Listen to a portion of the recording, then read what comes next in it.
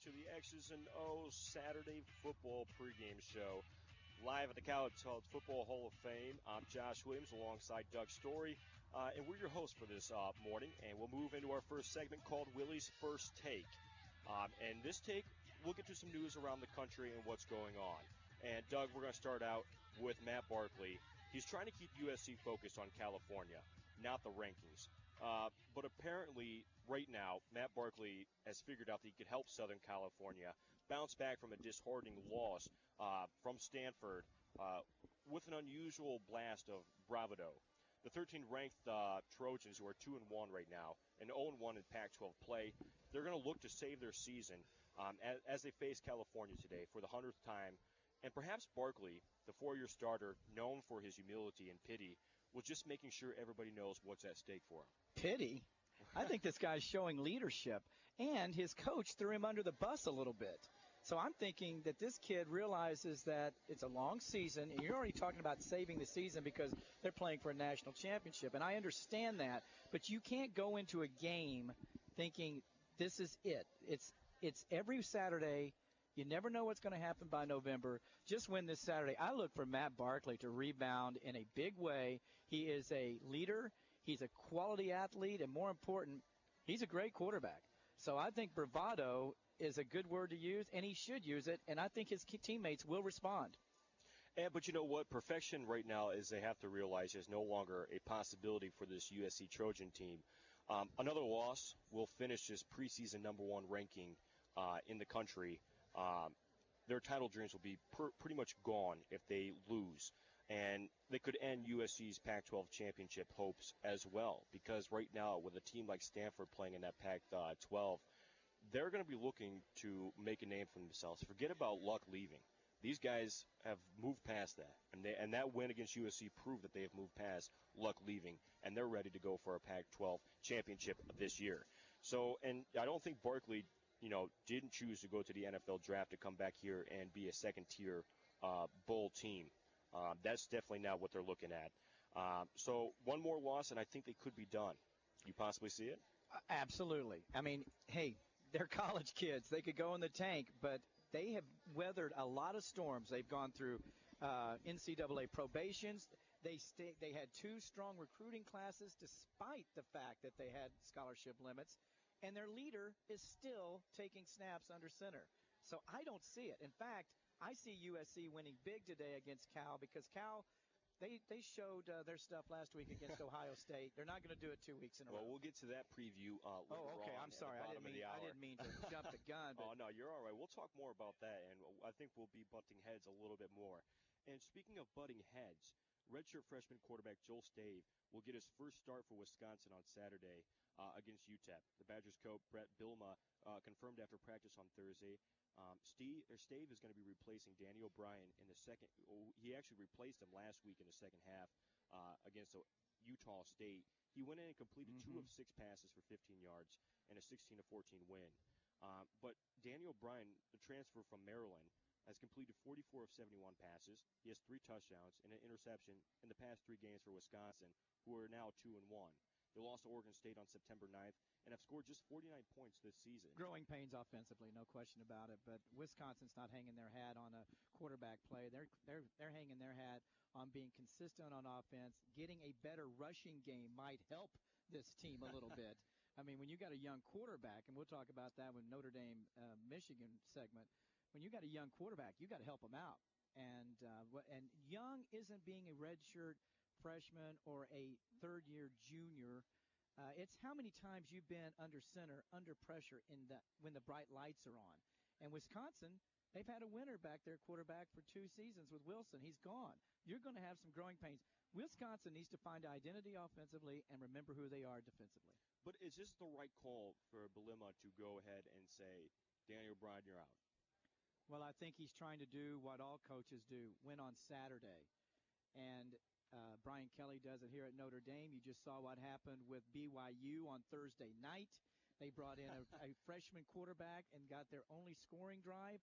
So I think what you do is you prepare your team each week, and he probably doesn't want to make this move, but if you're not getting any productivity out of the quarterback, then you might have to look at other options. And if you're not separating in practice, by being in competition with the other quarterbacks and separating yourself, then it's time to make a change. Well, Doug, speaking of winning, I want to talk about this. There's two NAI coaches that are ready for a record-chasing weekend.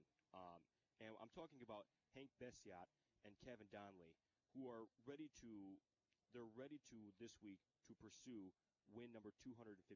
Impressive. Yes. Both of these guys will span 2,020 miles, but the one thing they do have consistent is they're both gray-haired coaches who have won 256 career games. And right now, they will be, if whoever reaches that 257 mark first, will become the NAIA career wins leader in that area of college football. And round one takes place this afternoon when Beats Dickinson Blue State Hawks travel to Southern Oregon.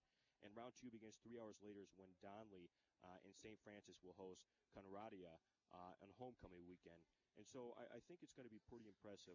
That's Concordia, Michigan, isn't it? Yeah, right up north. Wow, nice. Yeah, so, 257 career wins, that's pretty impressive. Well, the shame of big-time college football is we don't appreciate the teaching and the teacher and the great mentors at the lower level of college football, Josh. We are so hung.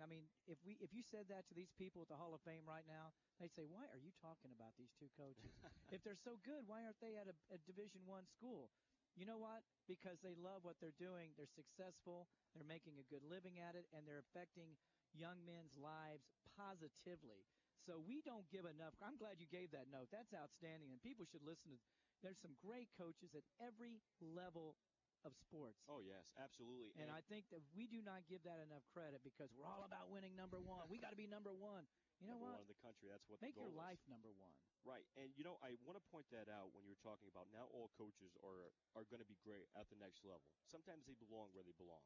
And I point out Lou Holtz. Coach Holtz was probably one of the best Notre Dame coaches to come there. Best college coach. Don't forget, everywhere he won, he won. He won exactly. at William & Mary. He won at Arkansas. He actually was winning at Minnesota for Minnesota. But look it. He went to the NFL with the New York Jets. Wow. Well, his heart wasn't into it. Exactly. But I don't know if I want to correct you as much as I want to clarify.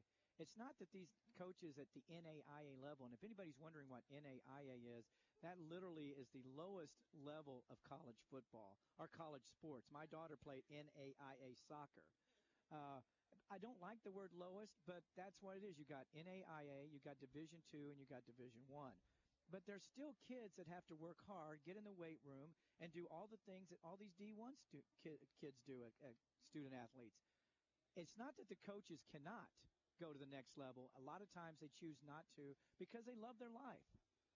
They love what they're doing, and you know what? When you move up the ladder, there's more pressure. Brian Kelly may be making $2.5 million a year, but he's got a lot more pressure to win than the gentleman that's got 256 wins. Well, I think any coach at Notre Dame has pressure to win. I mean, look at the span any of coaches. Division I coach, period.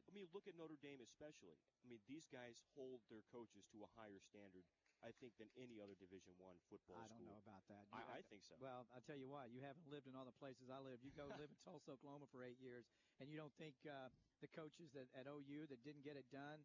Bob Stoops is one of the best coaches in college football, and I've got friends that are OU fans, and they want him out. They're OU alums. He's not a winner. So don't tell me Notre Dame's any more special. Bob Stoops is not a winner. Bob Stoops is a winner. Okay. Is that what your friends are saying?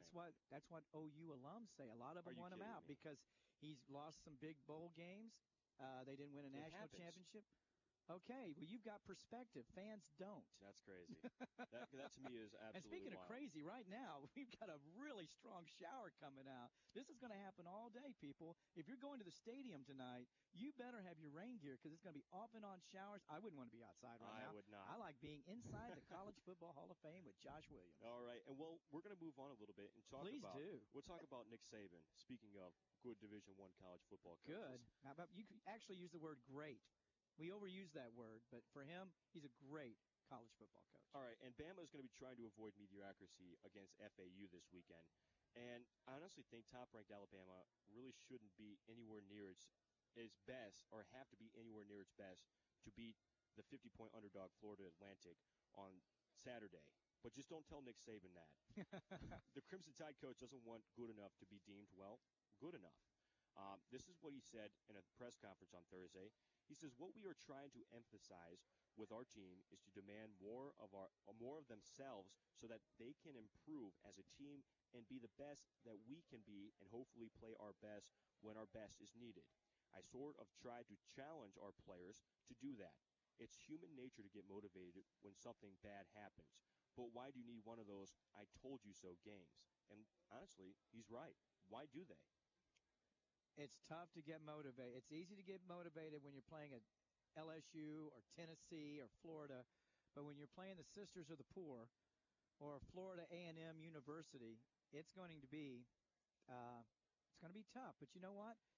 He's the kind of coach that'll get his players ready. And you know who else gets the players ready? The players themselves, the leaders on the team, to make sure it's not about playing Florida A&M. It's about getting better this week, doing things better this week than we did last week. And I have to think you're right. Well, we're going to cut to a commercial break, but when we come back, we'll be talking more about Notre Dame taking on Michigan, and that's where we'll take our next segment when the Michigan Wolverines come to town to take the number 11 Fighting Irish on. We'll go all around and preview this game. We'll go in depth in this game, give you the injury report. I'll give you my keys to the game for Michigan to win this one, and Doug will give his keys to the game for Notre Dame winning this one. Absolutely. You're listening to WETL 91.7 FM South Bend. You're home for South Bend's best